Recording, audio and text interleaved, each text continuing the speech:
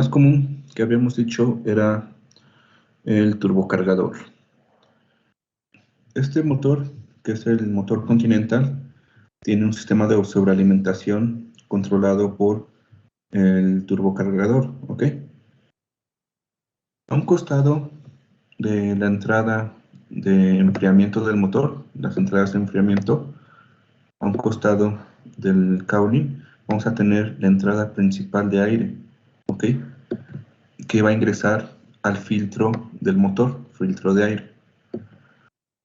Este aire va a ingresar, va a ser filtrado y va a ser comprimido por el compresor para enviarlo a través de la válvula de mariposa del sistema de aceleración, pasar a través de un intercambiador de calor, donde en este caso es un intercambiador aire-aire.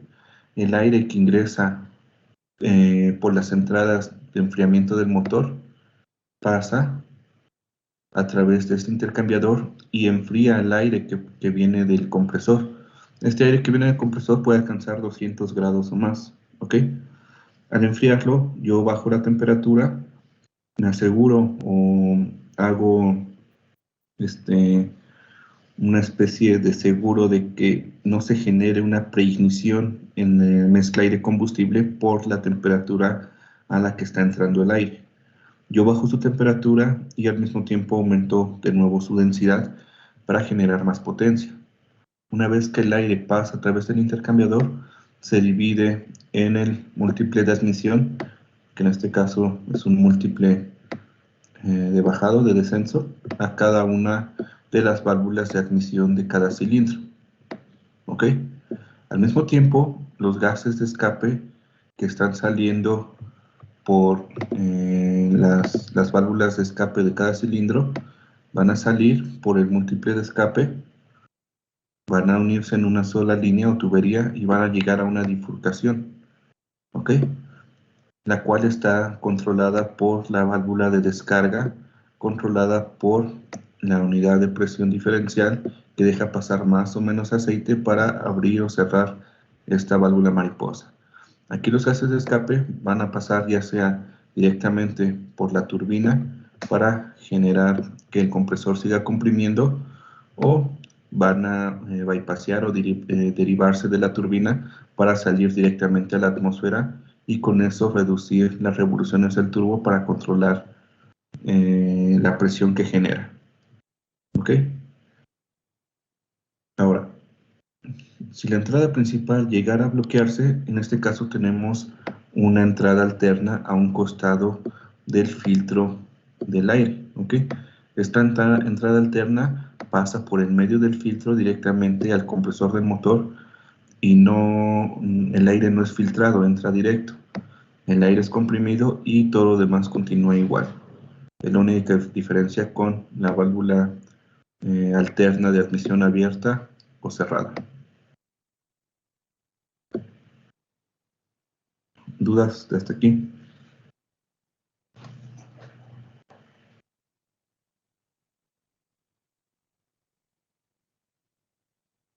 No, profe, de momento todo claro.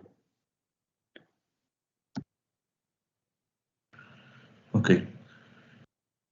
El turbocompresor, al momento de girar, necesita lubricamiento. Entonces, el mismo aceite del motor va a pasar una línea a través de su eje para lubricarlo. ¿Ok? Esta lubricación, al mismo tiempo, tiene la función de controlador de temperatura para el eje y la turbina del turbo. Al girar a altas revoluciones, la fricción o la poca fricción que existe hace que se caliente, aparte de entrar en contacto con los gases de escape que vienen calientes.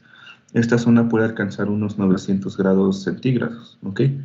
Entonces, el aceite, aparte de lubricar, absorbe el calor que genera el turbo o parte del calor que genera el turbo para mantenerlo dentro de temperaturas operacionales. Una vez que el turbo deja de suministrar potencia o presión de aire para la potencia del motor, como por ejemplo cuando el avión ya aterrizó, que las revoluciones bajan, las revoluciones del motor pueden bajar, ¿ok? Pero las temperaturas tanto del motor como del turbo se mantienen altas. El motor tiene un sistema de enfriamiento por aire, en la mayoría de los casos, que extrae la temperatura, la temperatura del motor a través del aire y del sistema de aceite. En el caso del turbo, generalmente nada más es el aceite el que ayuda a bajar la temperatura del turbo, dado que el turbo se encuentra generalmente en la parte trasera del motor, que bloquea el aire de impacto, evitando de que le ayude a enfriarlo. Una vez que las revoluciones bajan, se recomienda mantener encendido el motor por algunos minutos para darle tiempo al aceite que esté circulando del frío y reemplazar el caliente del turbo para bajar su temperatura. ¿Okay? Si nosotros apagáramos directamente de golpe el motor con el turbo caliente, el turbo está tan caliente y el aceite deja de fluir que el aceite que queda en las líneas alrededor del eje y cerca del turbo se empieza a quemar o a recocer por la temperatura. Una vez que nosotros aterrizamos y dejamos el motor a velocidad ralentí por algunos minutos, el aceite sigue fluyendo y sigue extrayendo calor del turbo, bajando su temperatura para cuando lo apaguemos, la temperatura ya no sea tan alta y no dañe o afecte el aceite o alguna pieza mecánica que se sobrecaliente del turbo. ¿Todo bien hasta aquí? ¿Qué es lo que mencioné de velocidad ralentí? ¿Cómo se define esa velocidad? La velocidad ralentí es la velocidad mínima en la que el motor puede trabajar sin apagarse. Cuando enciendes un carro y lo dejas sin acelerar, esa velocidad a la que trabaja el motor es ralentí. Aquí es igual, es la velocidad donde tú no estás acelerando el motor, pero tiene que ir a una velocidad mínima para mantenerse encendido. Ok, gracias. Profe, disculpe, Sí. una duda algo tonta. O sea, entiendo que el turbo pues ayuda al motor ya en cierta altura pues a no perder potencia, o bueno, es lo que entiendo. Pero, o sea, ¿de qué sirve meterle como el aire a presión al motor? O sea, ¿cuál es el beneficio? Además de la potencia. Pues no es que sea un beneficio que lo metamos a presión, sino que debe de estar a presión para simular que hay una atmósfera más densa. A nivel del mar, tú tienes una columna de aire arriba que genera una X presión sobre ti, 29.92 pulgadas de mercurio, ¿ok? Conforme va subiendo, esa presión o esa columna de aire va siendo menor, ¿ok? Un punto arriba y un punto abajo. Cuando estamos abajo, el aire, supongamos que no tenemos turbo, el aire que ingresa al sistema tiene toda esta presión. Conforme vamos subiendo, el aire que ingresa al sistema tiene esta cantidad de presión mucho más poca, ¿ok? Entonces, si el turbo está configurado a que trabaje a presión estándar 2992, cuando estemos a nivel del mar obtengamos esta presión, el turbo casi no va a funcionar porque ya el aire de la atmósfera ya está generando esa presión en el sistema a la cual está configurado de trabajar. Entonces, esta válvula va a estar casi siempre abierta para que el turbo no trabaje. Conforme vamos subiendo, no es que presurice el aire. Bueno, sí lo presuriza, pero no es que esté por encima de la presión atmosférica. Conforme vamos subiendo, el turbo empieza a trabajar y empieza a compensar esta caída de presión de la atmósfera para mantener siempre la misma presión, aunque estemos más arriba. Entonces, al haber más presión, el aire de aquí adentro está presurizado, pero a esta misma presión a la cual estaba a nivel del mar. La diferencia es que ahora afuera hay una pequeña presión y por eso se ve que ahora está presurizado en comparación de afuera, pero mantiene la misma presión a nivel del mar si es que la que fuera estuviera configurada para trabajar. Generalmente están configurados por arriba, un poquito arriba de la presión estándar. ¿Sí? Entonces, yo para generar este efecto de que tengo esta columna de aire, esta presión de la columna de aire, pues tengo que aumentar su presión del aire donde estoy volando. ¿Cómo lo aumento? Comprimiéndolo. Es por eso que se tiene que aumentar la presión. Si yo quisiera generar más presión en algo con aire, la única forma de aumentar la presión, una es calentándolo en un confinamiento cerrado u otra es comprimiéndolo. Calentándolo no lo queremos porque se nos hace una preignición y la densidad baja. Por eso al comprimirlo, que es un efecto secundario de la compresión, el calentamiento del aire, lo tengo que enfriar, porque eso es lo que yo no quiero. Yo quiero la presión, no tanto la temperatura. ¿Sí quedó claro? Sí, profe, mucho más claro. Muchas gracias.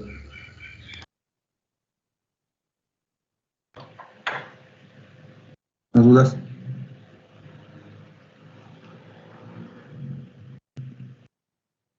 Bueno, este tipo de sobrealimentación vimos que es un turbo que está movido por los gases de escape. Vimos que había sobrealimentación por supercargadores conectados al cigüeñal del motor. ¿Ok? Esos ya son muy raros. Y este ejemplo es de un motor Merlin de Rolls-Royce, donde el sistema de sobrealimentación está conectado al cigüeñal del motor. ¿Ok?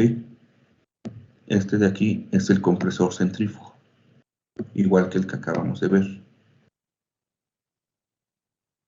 Entonces, el aire que ingresa al motor por la toma de aire pasa a través de un filtro, la válvula del acelerador, la válvula mariposa del sistema de admisión del acelerador, e ingresa a la caracola de compresión. El compresor lo comprime y lo envía hacia el sistema de admisión, mandándolo a cada uno de los diferentes cilindros. ¿Ok? Pero aquí no necesitamos gases de escape. Los gases de escape salen inmediatamente de cada uno de los cilindros a la atmósfera. Lo que estamos utilizando es la energía del cigüeñal o la fuerza del cigüeñal para mover un compresor que está anclado a ese mismo cigüeñal y comprimir. Conforme varían las revoluciones del cigüeñal, las revoluciones del compresor van a variar y va a variar la potencia, perdón, la presión que va a generar. Esa presión que va a generar tiene que estar controlada, igual que en el pasado, por un sistema mecánico que compare la presión que está generando contra la presión que se necesita, y una válvula de alivio si se está generando mayor presión, porque yo no puedo controlar ahora el compresor dado que está conectado al motor. ¿Sí? Si yo reduzco revoluciones, pues sí, reduzco la presión, pero si es un momento en el que yo tengo que tener todas las revoluciones del motor y me está generando presión de más, tengo que tener un sistema de alivio para poder sacar esa presión del sistema y no dañe mis componentes. ¿Hasta ahí todo claro?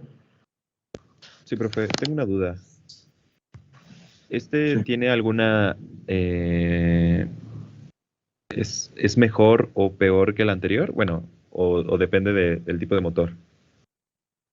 Más bien depende del enfoque o el objetivo de cada motor. El motor que acabamos de ver, el anterior, es un motor comercial donde se aprovecha la máxima eficiencia, o sea, la máxima potencia que puedas generar con el mayor ahorro de peso combustible. Su objetivo es otro, generar la mayor cantidad de potencia y no me importa casi el peso y menos me importa el combustible, porque este motor es motor para pelear. ¿Ok? Entonces, dependiendo del objetivo para el cual está diseñado el motor, se compensan unas respecto a otras. Los comerciales, pues, mientras más ligeros y eficientes sean, mejor. Gastan menos, ahorran dinero y es lo que buscamos. En este caso buscamos potencia. Potencia que se obtiene a través de sacrificar eficiencia y peso. Perfecto, profe. Muchas gracias. El motor pasado tenía 6 cilindros, este tiene 12, 6 de cada lado. ¿Más dudas?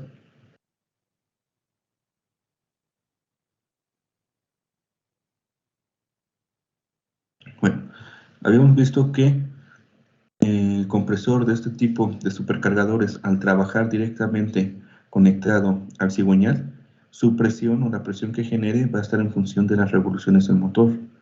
A bajas revoluciones puede que genere a baja presión, a altas revoluciones, alta presión, o depende el arreglo de los engranes de acuerdo a cómo está conectado o la forma del compresor. A bajas revoluciones puede generar baja presión y altas revoluciones alta presión, ¿ok? No mantiene una presión constante. Conforme el motor acelera, la presión empieza a aumentar, ¿ok? Y yo necesito un rango de presiones en los cuales trabajar. que es este rango. ¿Ok? Entonces, todo lo que pase por debajo o por arriba, tengo que evitarlo y mantener esta presión lo más constante posible dentro de este rango de presiones, que es donde trabaja mi motor. Eso lo lograron en esta parte a través de una especie de caja de reducción o de cambios, como en los carros, las velocidades.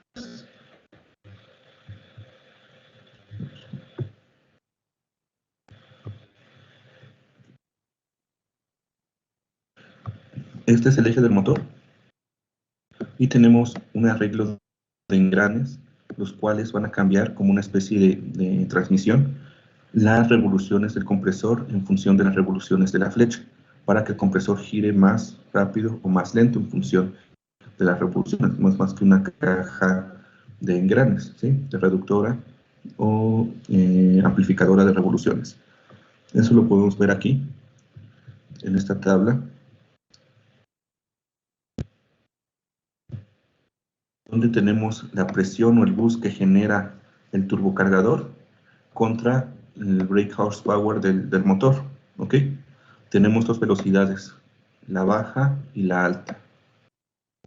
A baja velocidad, cuando está engranado el engrane de baja velocidad, la presión que genera el turbo a esta en función de la altitud va a ser arriba de 6, en este caso son libras, ¿ok?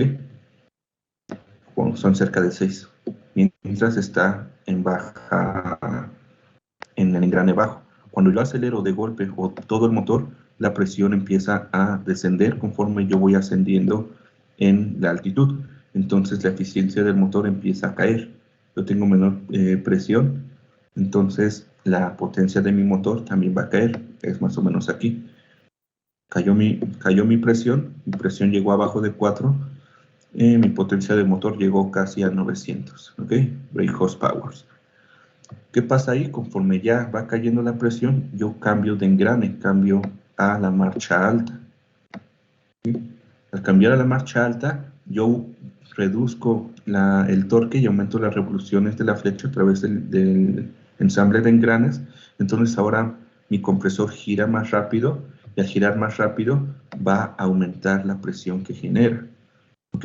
Esa presión se va a mantener constante cuando yo tenga la aceleración máxima y al aumentar la presión, por ende va a aumentar la potencia de mi motor hasta un cierto punto donde la altitud ya no me dé suficiente cantidad de aire para mantener esa presión, la suficiente cantidad de aire para alimentar el compresor y mantenga esa presión, que sin importar que vaya en alta, por la misma presión de la atmósfera, va a decaer y por ende la potencia del motor también va a decaer.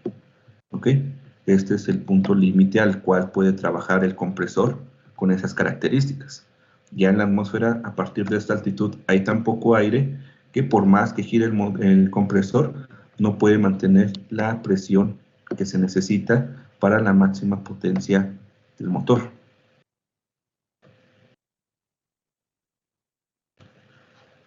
¿Se quedó claro eso?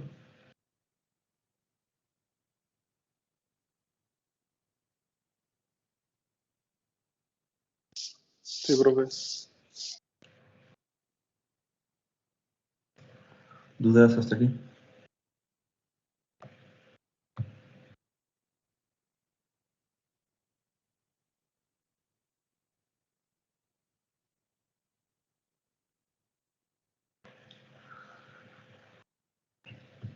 ¿No ninguna? No, profe. No, profe, gracias. Ok. Bueno. Entonces, me quedan 2 clases con el otro grupo y ya depende de lo que avancemos, les publico en el canal los días y las horas de sus exámenes, ¿ok?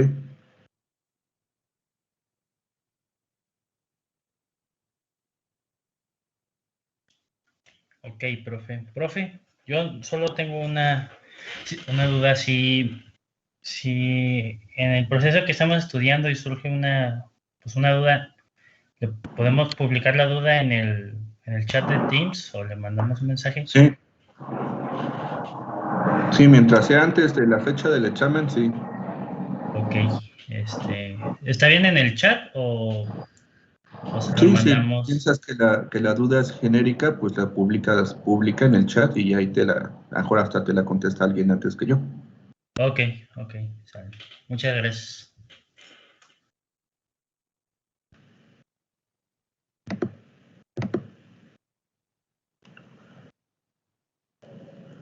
Pues entonces, si ya no tienen dudas, les publico ahí si alcanzamos otra clase o ya les programo fecha de examen. Sale, profe, gracias. Gracias, profe. Nos vemos. Gracias, profe. Hasta luego.